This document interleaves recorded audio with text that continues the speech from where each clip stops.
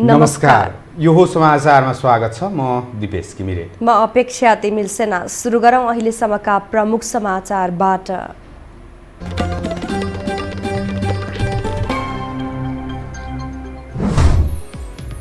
प्रतिनिधि सभा विघटन विरुद्धको सुनवाई एक सातापछि सर्यो। विपक्षी नेताहरू प्रधानमन्त्री र अदालत बीचको सम्बन्ध केलाउन व्यस्त।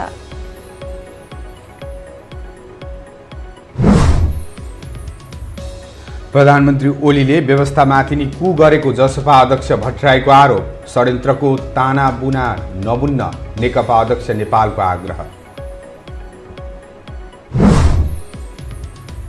कोरोनाले नेपालमा आज 6 जनाको मृत्यु, 409 संक्रमित थपिए। बर्ड फ्लू भित्रिन नदिन पूर्व तयारी थालेको सरकारको प्रतिक्रिया।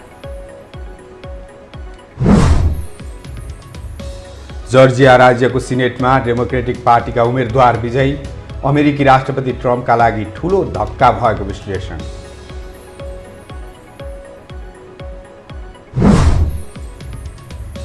र काठमाडौँ स्थित जङ्गी अड्डामा प्रधान सेनापति ट्रफी सुरु। 15 टिम सहभागी। खेल माघ 2 गतेसम्म सञ्चालन हुने।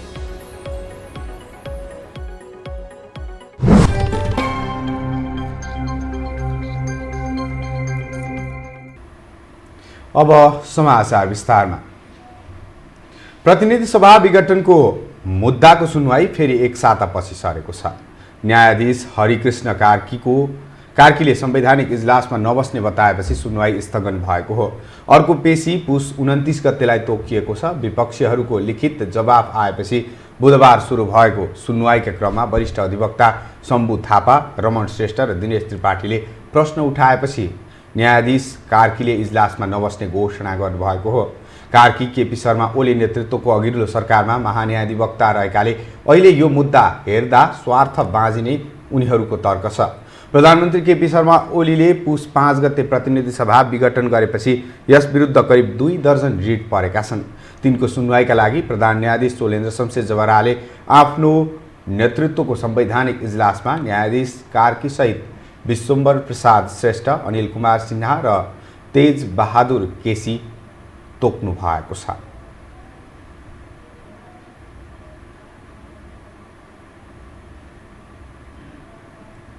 प्रतिनिधि सभा विघटन संवैधानिक हो वा असंवैधानिक भन्ने राजनीतिक वृद्धि विलास जारी नै छ।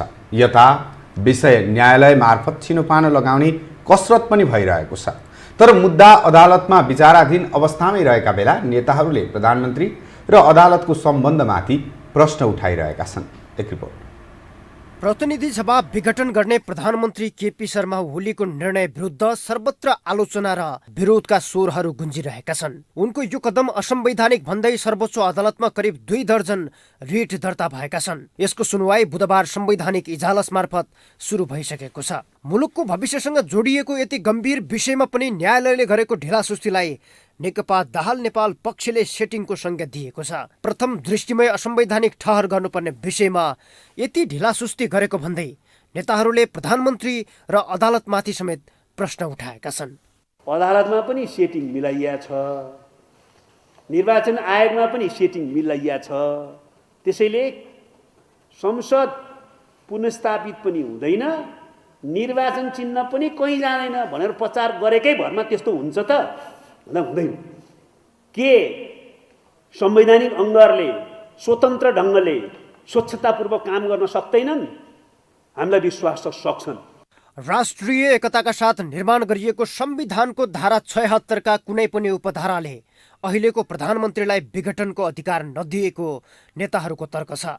जुन बेला संसदले सरकार बनाउन सक्ने अवस्था रहँदैन वा सरकार बने पनि विश्वासको मत पुग्दैन, त्यति बेला चुनावमा जाने गरी संसद विघटन हुन सक्ने अवस्थाको चर्चा मात्रै संविधानले गरेको उनीहरूको दाबी छ।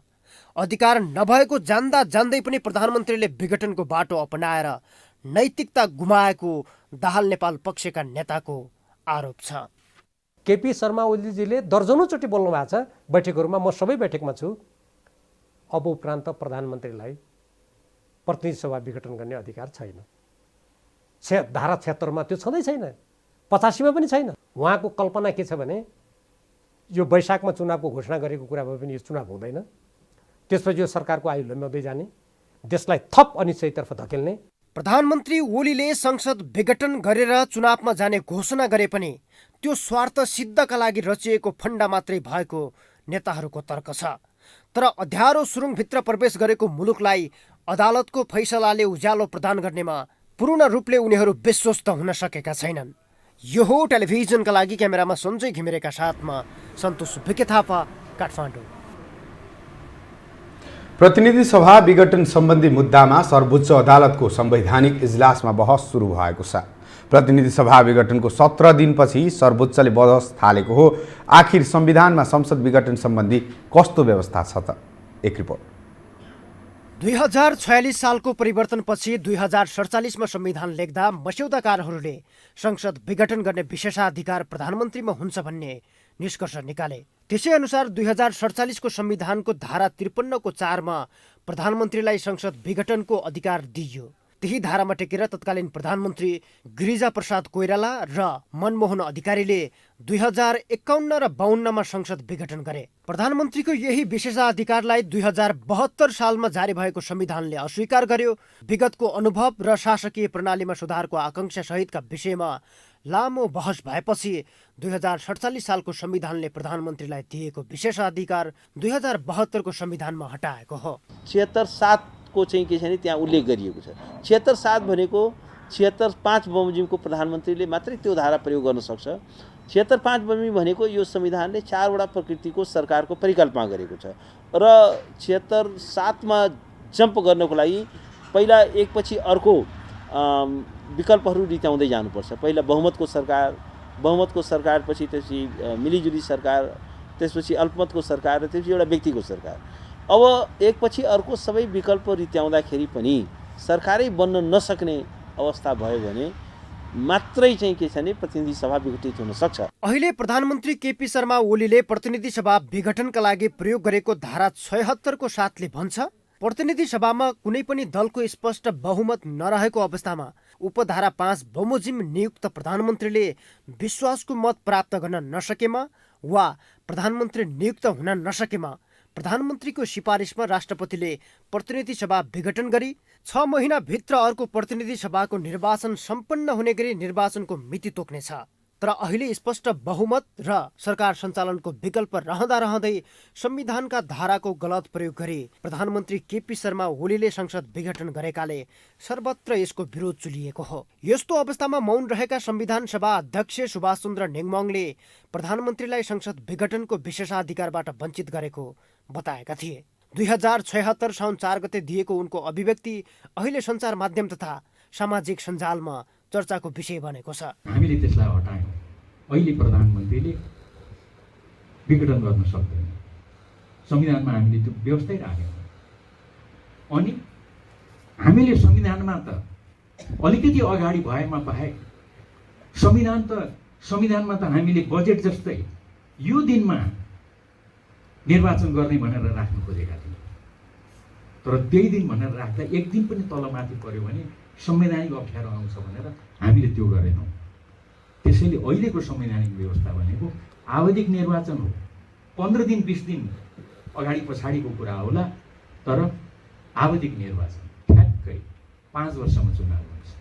नेपालको संविधान 2072 निर्माण गर्दा संविधान सभाको अध्यक्ष रहेका र हाल प्रधानमन्त्री केपी शर्मा ओलीको टिममा प्लेमेकरको भूमिका खेल्दै आएका नेङमङ यतिखेर मौन बसेका छन्।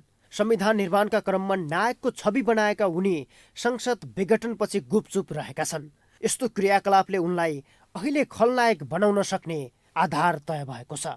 यो हो टेलिभिजनका लागि क्यामेरामा सञ्जय घिमिरेका साथमा सन्तोष भिके थापा, काठमाडौँ। अब बाँकी समाचार।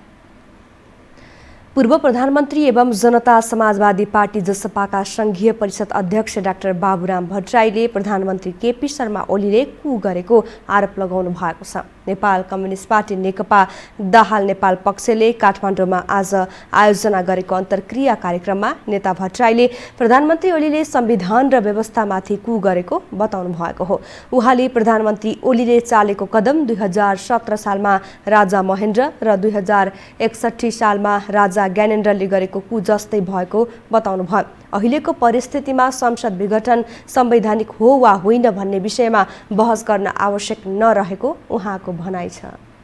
हाम्रो विचारमा, मेरो विचारमा 17 सालमा राजा महेन्द्रले जुन कु गरे, 60-61 सालमा राजा ज्ञानेन्द्रले जुन कु गरे, त्यसैको हाराहारीको यो कु हो, संवैधानिक कु होइन। त्यो त संविधान अन्तर्गत संविधान माथिको कु हो, यो व्यवस्था माथिको कु हो। त्यसो भएको हुनाले यसलाई सामान्य अर्थमा लिने गल्ती कसैले पनि नगरौँ। अध्यक्ष भट्टराईले अन्तर्राष्ट्रिय परम्परामा अभ्यास छ भन्दै नेपालको संसद विघटन गर्न नपाइने समेत बताउनुभयो। प्रधानमन्त्रीले कुनै पनि बेला संसद विघटन गर्न सक्ने कुरालाई विचार गरेर संविधानबाट यो व्यवस्थालाई हटाइएको बताउनुभयो।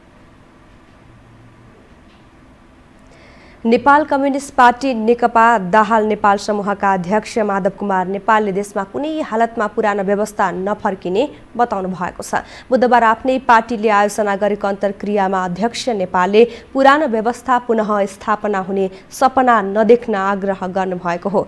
उहाँले प्रधानमन्त्री अनेक खालका तानाबाना बुन्न लागि परेको भन्दै षड्यन्त्र सफल नहुने बताउनुभयो।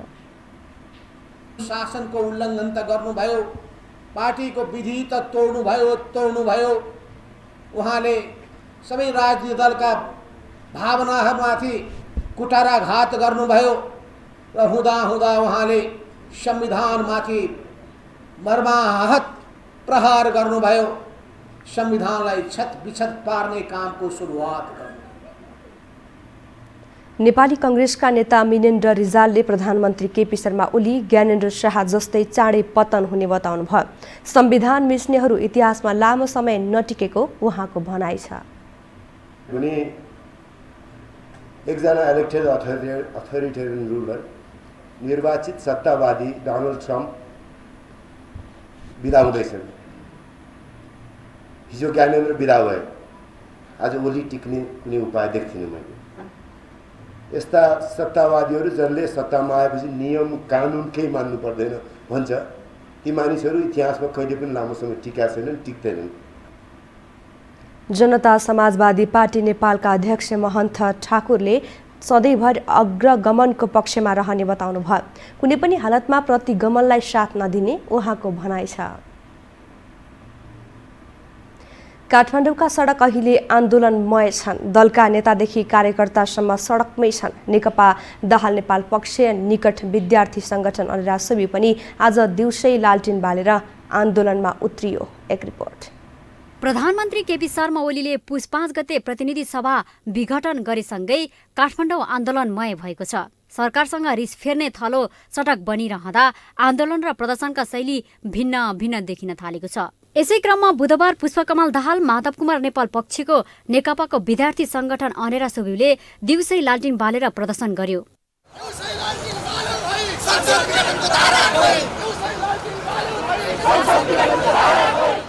प्रदर्शन पछिको सभामा अनेरा सोभिका सहसंयोजक रञ्जित तामाङले बहुमतको सरकार सम्हालेका प्रधानमन्त्रीलाई कुनै हालतमा संसद विघटन गर्ने अधिकार नरहेको दावी गरे। उनले असंवैधानिक कदम तत्काल सच्याउन प्रधानमन्त्रीलाई आग्रह गरे। नेपालको संविधानले संसद विघटन गर्ने कुनै पनि छुट दिएको छैन, अधिकार दिएको छैन।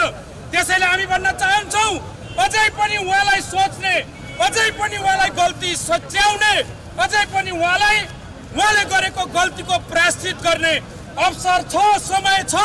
तर समय घर्क्यो भने केपी ओलीजीका अहिलेका काम चलाउ मन्त्रीहरू देशभरि एउटै कार्यक्रममा जान पाउने छैनन्। विद्यार्थी नेताहरूले सर्वोच्च अदालतबाट संसद पुनः स्थापनाको फैसला हुने विश्वास व्यक्त गरे। संवैधानिक व्यवस्था विपरीत फैसला आए आन्दोलन जारी राख्ने उनीहरूको चेतावनी छ। केपी ओली सरकारले चाहिँ 3 वर्ष नपुग्दै यो सरकार चाहिँ विघटन गरेको छ। यो 5 वर्षको म्यान्डेट दिएको सरकारलाई चाहिँ केपी ओलीको सरकारले 3 वर्षमा चाहिँ यो आत्मघाती चाहिँ गोल हानेको छ। यो आत्मघाती गोलको म प्रतिरोध घोर भर्सना गर्दछु र हामी नेपाली जनताहरू स्थायी सरकारको चाहना गरेको हामी विद्यार्थी साथीहरू छौँ। यो केपी ओलीको यो प्रतिगमन विरुद्ध जबसम्म यो सच्च हुँदैन तबसम्म हाम्रो यो आन्दोलनहरू विभिन्न चरणले हाम्रो आन्दोलन अगाडि बढ्ने म घोषणा गर्न चाहन्छु। जुन काम अहिले प्रधानमन्त्रीले गरेका छन् त्यसमा देशव्यापी रूपमा तपाईँहरूले बुझ्न सक्नुहुन्छ 18-20 हजार वकिलहरूमध्ये 17-15-16 हजार वकिलहरूले त विरोधै गर्नुभएको छ।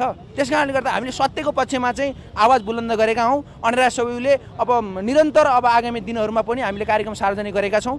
त्यही अनुरूप हामीले कार्यक्रमहरू अगाडि लान्छौँ र सरकारलाई हामी घुँडा टेकाउँछौँ। अहिले चाहिँ जुन हाम्रो सम्माननीय प्रधानमन्त्रीले चाहिँ जुन चाहिँ संविधानलाई चाहिँ कुल्चिएर वा व्यवस्था गरेर संविधान विपरीत चाहिँ असंवैधानिक कु जुन गर्नुभएको छ, त्यसका लागि चाहिँ उहाँले कुन संविधान खोइ तपाईँहरूको संविधान चाहिँ कहाँ छ त, कुन धारामा केमा टेकेर चाहिँ तपाईँहरूले संविधानमा टेकेर चाहिँ तपाईँले असंवैधानिक कु गर्नुभयो, संसद विघटन गर्नुभयो।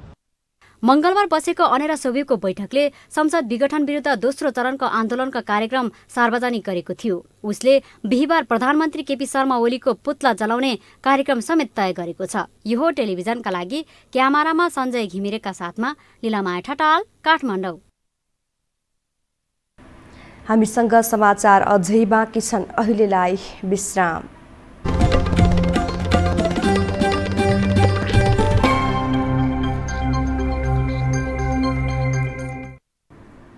विश्रामपछि स्वागत छ। अब बाँकी समाचार। नेपालमा कोरोना संक्रमणले थप 6 जनाको मृत्यु भएको छ। यससँगै देशभर संक्रमणबाट ज्यान गुमाउनेको संख्या 1879 पुगेको छ। स्वास्थ्य तथा जनसङ्ख्या मन्त्रालयका अनुसार 24 घण्टा यता 409 संक्रमित थपिएका छन्।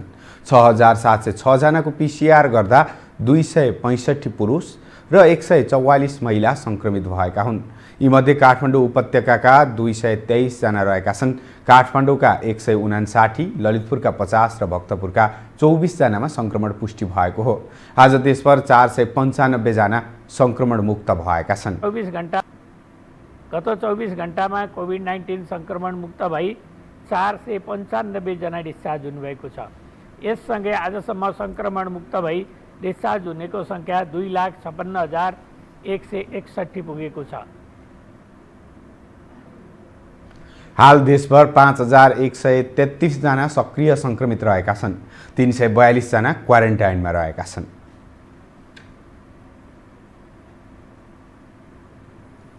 सरकारले बर्ड फ्लू रोकथाम तथा नियन्त्रणका लागि पूर्व तयारी थालेको बताएको छ। कृषि मन्त्रालयका सहसचिव एवं पशुपक्षी महाशाखाका प्रमुख डाक्टर विमल कुमार निर्मलले छिमेकी मुलुकमा देखिएसँगै नेपालमा पनि पूर्व तयारी थालेको जानकारी दिनुभएको हो।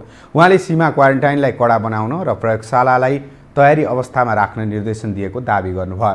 डाक्टर निर्मलले जाडो महिनामा आउने रोग भएकाले 1 महिना विशेष सजगता अपनाउन आग्रह गर्नुभयो। खास गरेर जाडो महिनामा आइराख्ने रोग भएकोले यो 1 महिना चाहिँ विशेष सजग रूपमा रहन हामी सबैले अपिल गरेका छौँ। जति पनि संयन्त्र हुनुहुन्छ कुनै क्षेत्रमा सायद अब यो रोग लाग्यो भने सबभन्दा ठुलो धक्का चाहिँ यो इन्डस्ट्रीलाई, देशको आर्थिक अवस्था त्यसै कमजोर।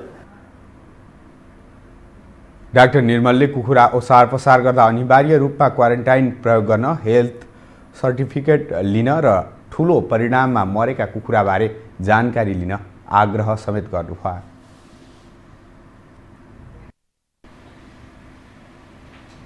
अब पालो आर्थिक समाचारको।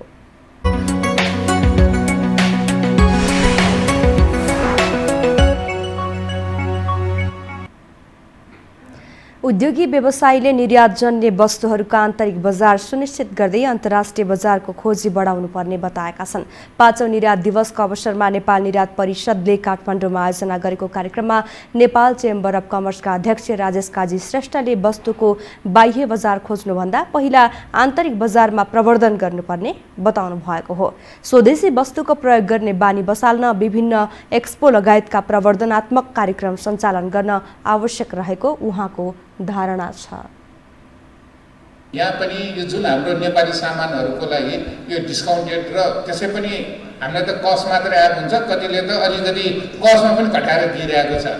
त्यो एउटा प्रचार प्रसार गरेर अब अलिकति रेस्टुरेन्टहरूलाई पनि अलिकति उजागर गरेर अलिकति फेस्टिभल एउटा न्यू बन्नुपर्ने। आजै एक्सपोर्ट डेमा एउटा फुड फेस्टिभल र यो हाम्रो यो गऱ्यो भने सबै नेपाली सामानहरूको अहिले हामीलाई पनि अलिअलि त बानी भइसकेछ।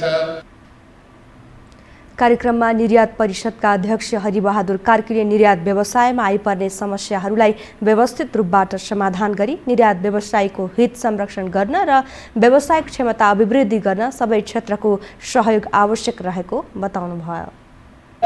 व्यवसायमा आइपर्ने विभिन्न समस्याहरू व्यवस्थित रूपबाट समाधान गरी निर्यात व्यवसायीहरूको हित संरक्षण गर्न, निर्यात व्यवसायीहरूको व्यावसायिक क्षमता अभिवृद्धि गरी राष्ट्रिय अर्थतन्त्रको मेरुदण्डको रूपमा रहेको निर्यात व्यापारलाई विस्तार एवं अभिवृद्धि गरी विदेशी मुद्रा आर्जनमा वृद्धि ल्याई राष्ट्रिय अर्थतन्त्रलाई सुदृढ गर्न र नेपाल सरकारलाई निर्यात नीतिको तर्जुमा गर्न। नेपालबाट आर्थिक वर्ष 2076-77 कुल निकासी 77 अर्ब 70 करोड 91 लाख 5 हजार रुपियाँ बराबरको भएको थियो। त्यस्तै आर्थिक वर्ष 2077-78 को 5 महिनासम्ममा नेपालको कुल निकासी 50 अर्ब 55 करोड 6 लाख 8 हजार मूल्य बराबरको भएको छ। नेपाल स्टक एक्सचेन्ज नेप्से साताको चौथो दिन आज दोहोरो अङ्कले बढेको छ। नेप्से 11.07 अङ्कले बढेर 2178.57 बिन्दुमा पुगेको हो। यो हालसम्मकै उच्च बिन्दु हो। यसअघि पुस 19मा नेप्से 2175.12 बिन्दुमा पुगेको थियो। त्यसैगरी आज 4 अर्ब 42 करोड 54 लाख 72 हजार 339 रुपियाँ बराबरको कारोबार भएको छ।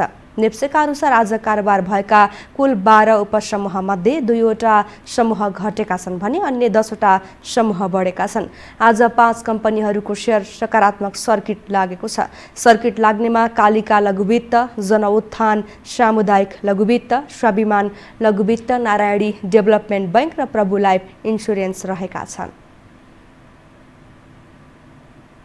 हामीसँग अन्तर्राष्ट्रिय र खेल समाचार बाँकी नै छन्। अहिलेलाई विश्राम।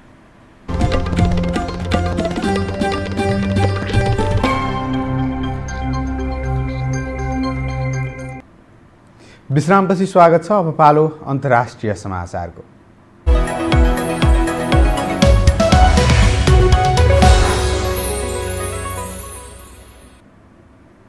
अमेरिकाको जर्जिया राज्यमा सिनेटका 2 स्थानका लागि मंगलबार भएको निर्वाचनमध्ये 1 स्थानमा डेमोक्रेटिक पार्टीका उम्मेदवार विजयी भएका छन्। अमेरिकी सञ्चार माध्यमहरूको नेटवर्कले जर्जिया राज्यको 1 स्थानमा डेमोक्रेटिक पार्टीका उम्मेदवार राफेल वार्नेल विजयी भएको बताएका छन्। यस स्थानमा हाल रिपब्लिकन पार्टीबाट सिनेटर केल्ली लोफलर पुनः उम्मेदवार रहेका थिए। CBS, NBC र CNNले सिनेटर केल्ली झिनो मतान्तरले पराजित भएको जनाएका छन्। यद्यपि केल्लीले हार स्वीकार गरेका छैनन्। अमेरिकी राष्ट्रपति डोनाल्ड ट्रम्पका लागि यो पराजय निकै पीडादायी हुने अनुमान गरिएको छ। जर्जियाकै अर्को स्थानका लागि भएको निर्वाचनको मतगणना जारी छ र त्यहाँ पनि रिपब्लिकन र डेमोक्रेटिक पार्टी दुवैका उम्मेदवारबीच कडा प्रतिस्पर्धा भइरहेको छ। अब खेलकुद समाचार।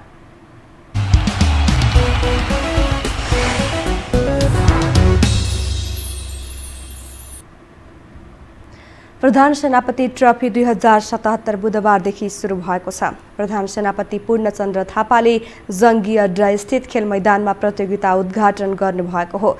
माघ 2 गतेसम्म सञ्चालन हुने प्रतियोगितामा नेपाली सेनाको प्रीतनाहरूको 8, मद्दती बाहिनीहरूको 5, विशेष फौज बाहिनीको 1 र फुटबल खेलमा विद्युत तथा यान्त्रिक सेवा निर्देशनालयको 1 गरी 15 टिमको सहभागिता रहेको छ। प्रतियोगितामा समावेश भएका एथलेटिक्स, सुटिङ, भलिबल, बास्केटबल र फुटबल खेल भद्रकाली स्थित नेपाली सेनाको खेलकुद मैदान, छाउनी स्थित जगदलगढ तथा लगनखेल स्थित सैनिक शारीरिक तथा खेलकुद केन्द्रमा सञ्चालन हुनेछन्। खेल समाचार सँगै हामी यो समाचारको अन्त्यमा आइपुगेका छौँ। बिदा हुनु अघि प्रमुख समाचार पुनः एकपटक।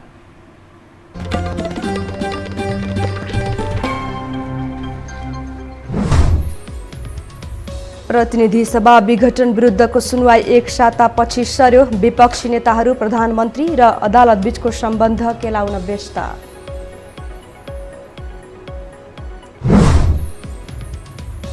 प्रधानमन्त्री ओलीले व्यवस्थामाथि नै कु गरेको जसपा अध्यक्ष भट्टराईको आरोप। षड्यन्त्रको ताना बाना नबुन्न नेकपा अध्यक्ष नेपालको आग्रह। कोरोनाले नेपालमा आज 6 जनाको मृत्यु, 409 संक्रमित थपिए। बर्ड फ्लू भित्रिन नदिन पूर्व तयारी थालेको सरकारको प्रतिक्रिया।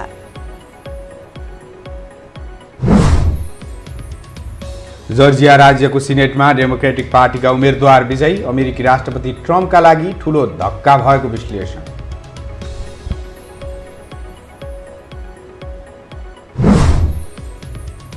र काठमाडौँ स्थित जङ्गी अड्डामा प्रधान सेनापति ट्रफी सुरु, 15 टिम सहभागी। खेल माघ 2 गतेसम्म सञ्चालन हुने।